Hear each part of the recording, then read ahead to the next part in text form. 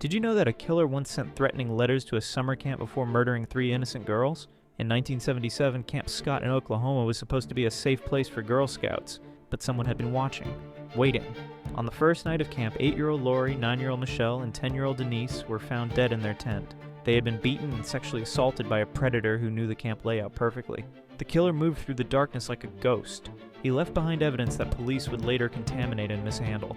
Threatening letters had arrived at the camp before the murders, warning of violence to come. Local Cherokee man Gene Leroy Hart was arrested and tried for the crimes. Despite DNA evidence, he was found not guilty. The real killer was never caught. 47 years later, new DNA testing has ruled out previous suspects.